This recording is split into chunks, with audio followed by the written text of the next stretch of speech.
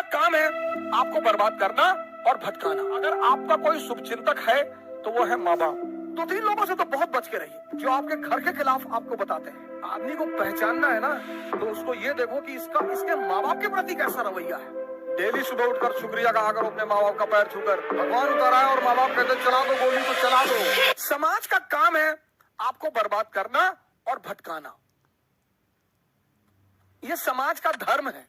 उस समाज में अगर कोई आपको बनाने वाला मिल जाए मां बाप के अतिरिक्त, तो आप बहुत भाग्यशाली हैं। इस दुनिया में अगर आपका कोई शुभचिंतक है तो वो है मां बाप, सबके साथ।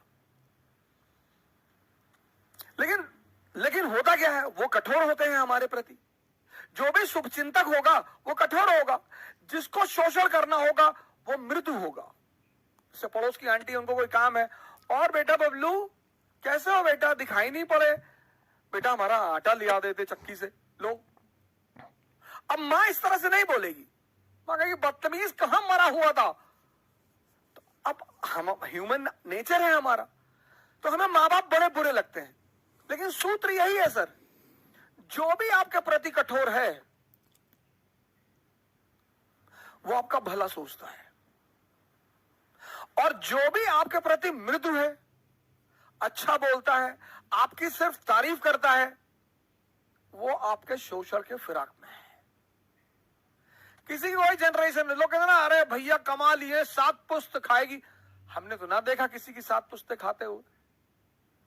हमने तो उन मां बापों को खुशी देखा है जिनके बच्चे शाम को घर आते हैं, अपने माँ बाप के साथ बैठते हैं, अपने माँ बाप को घुमाने ले जाते हैं। श्रीमती जी के मामा है तो अपने माँ बाप को साथ में रखते हैं बैंगलोर। उनके माँ बाप से ज्यादा धनी आदमी कौन है सर इस संसार में, जिसकी बुजुर्गियत में बच्चे मोहब्बत करें। छोड़ दें सारी दुनिया किसी के लिए, ये मुनासिब नहीं महत्वाकांक्षी लोगों के लिए। भाई माँ बाप तो वही है ना, उनसे ज्यादा प्रेम कौन करेगा। हाँ, वो अगर आपको छोड़ दें तो चिंता का विषय है सर, तब तो दुखी होने का विषय है सर। लड़की ने छोड़ दिया, लड़के ने छोड़ दिया, कोई फर्क नहीं पड़ता सर। अगर महत्वाकांक्षा है, अगर आप खुद को बेवकूफ बना रहे हैं, बहुत फर्क पड़ता है सर। किसी भी व्यक्ति का आपके जीवन में होना इस बात पे भी निर्धारित करता है कि उसने आपको राय क्या दी। और 2-3 लोगों से तो बहुत बच के रहिए। एक, जो आपके घर के खिलाफ आपको बताते हैं, तुम्हारी मम्मी को ऐसा नहीं करना चाहिए। अरे मम्मी है यार, क्यों नहीं करना चाहिए, करना चाहिए। मेरी माता जी तो आज भी मुझे चौराहे पे गाली देके मार देती है। माँ है, उसका हक है। आज भी मैं आता हूं बाहर तो कहती कायदे से गाड़ी चलाना, और हवाई जहाज में सीट बेल्ट बांध लेना जी, और ज्यादा नेता मत बनना, खिड़की से नीचे मत झांकना जी, खिड़की बंद रहती है। हाँ तो हमें पता है बंद रहती है। माँ है सर। 7 महीना मैं रहा ऋषिकेश में सर, मेरा अटेम्प्ट खत्म हो गया, सबने मेरा साथ छोड़ दिया सर, सबने। मैं पैसे 1-1 रुपए के लिए मोहताज हो गया। मेरे एक मित्र हैं, 100 रुपए मांगने पे नहीं दिया उन्होंने सर। लेकिन मेरे पिताजी आते थे ऋषिकेश, मुझे पैसा दे देते। मैं उनसे कहता था मैं अब कुछ करूंगा नहीं, मैं पैसा कमाऊंगा, तुम्हारी बुढ़ापे की गारंटी बनूंगा, मैं कुछ नहीं करूंगा। तो बोले यार हम तुमसे कुछ कहते हैं, लेकिन जब तक मैं जिंदा हूं तब तक मैं आकर तुमको पैसा देता रहूंगा। और सर 7 महीने आते रहे वो ऋषिकेश और मुझे पैसा देते रहे सर। और कभी कभी तो लोगों को भेजते थे मुझसे मिलने के लिए कि जाओ ऐसे कहते ना घूमने आए थे, कुछ पैसा दे आना। ये होते हैं माँ बाप।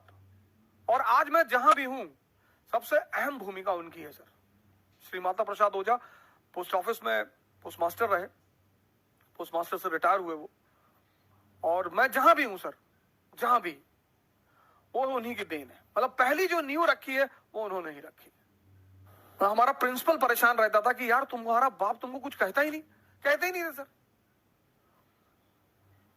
प्रिंसिपल के सामने डांट देते थे। जैसे अगर कोई बात होती थी, बुलाते थे प्रिंसिपल, तो उनके सामने डांट देते थे, तो बदतमीजी करते हो स्कूल में, नालायक कहेंगे, चलो भागो यहाँ से। फिर कहते थे लड़का ऐसा। फिर बाहर निकल के हमसे कहते थे कि पागल है तुम्हारा प्रिंसिपल।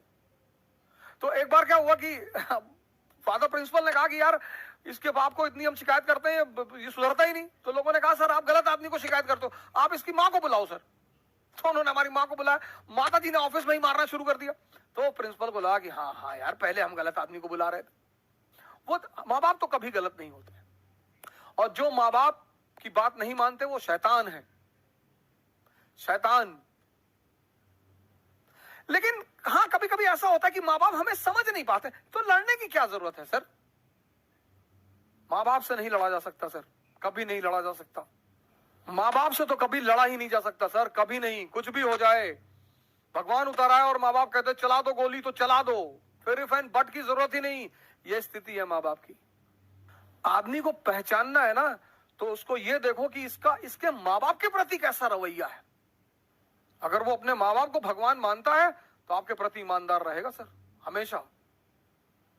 हाँ, लेकिन कभी कभी ऐसा भी होता है, ये भी मैं मानता हूं कि कभी कभी माँ बाप भी हमको समझ नहीं पाते, तो कोई बड़ी बात नहीं है सर, उसमें झगड़ा करने का, उनसे बगावत करने की कोई जरूरत नहीं।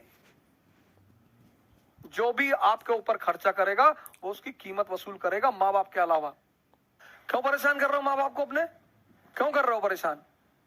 हमको बाइक दिला दो, हमको ये दिला दो, पढ़ा रहे हैं, कम है? डेली सुबह उठकर शुक्रिया कहा करो अपने माँ बाप का पैर छूकर कि यार खिला रहे हो, यही बड़ी बात है। कोई दूसरा खिलाएगा चमड़ी उतार लेगा तुम्हारी।